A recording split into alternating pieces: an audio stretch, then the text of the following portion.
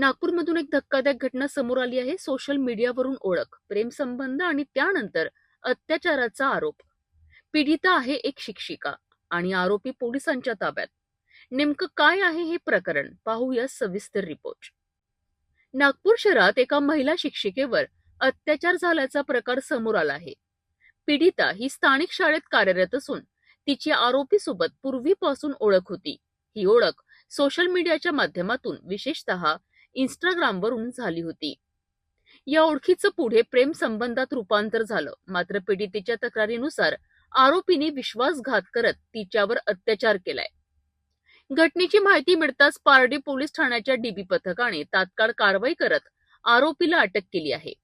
आरोपीचे नाव तिलक रे असल्याचं समोर आलं आहे. PSI शिंदे यांच्या नेतृत्वाखाली या प्रकरणाचा सखोल तपास सुरू आहे. आरोपीचा पूर्व इतिहासही तपासला जात असून अशा प्रकारचे आणखी गुन्हे आहेत का याची चौकशी केली जात आहे. या घटनेमुळे शहरात संताप व्यक्त केला जात असून महिलांच्या सुरक्षेचा प्रश्न पुन्हा एकदा ऐरणीवर आला आहे. नागपूरमधली ही घटना सोशल मीडियावरील ओळखी किती धोकादायक ठरू शकतात याचं उदाहरण ठरत आहे. महिलांच्या सुरक्षेसाठी कडक पावलं उचलण्याची गरज पुन्हा अधोरेखित झाली आहे.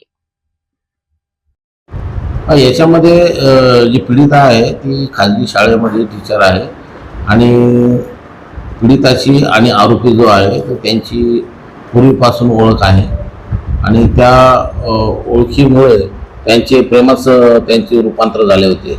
इंस्टाग्रामवरून त्यांची ओळख झाली होती आणि त्याच्यामध्ये आरोपीने पीडिताला लग्नाचे आमिष दाखवून नमूद गुन्हा केलेला आहे. आमची पोलीस ठाणे पारडीची DB टीम आणि जे तपास अधिकारी आहे PSI शिंदे आणि आमचा पोलीस स्टाफ आहे यांनी त्या आरोपीला तात्काळ अटक केलेली आहे आणि नमूद आरोपीचा PCR 24 तारखेपर्यंत मिळालेला आहे. आरोपीचं नाव तिलक रेवार आहे. तो गंगाबागचा राहणार आहे पोलीस ठाणे पारडी हद्दीमध्ये आणि तो चायनीजचं दुकान श्यामनगरमध्ये चालवतो आणि त्याने लग्नात आम्ही 2 पीडितासोबत अत्याचार केलेला आहे.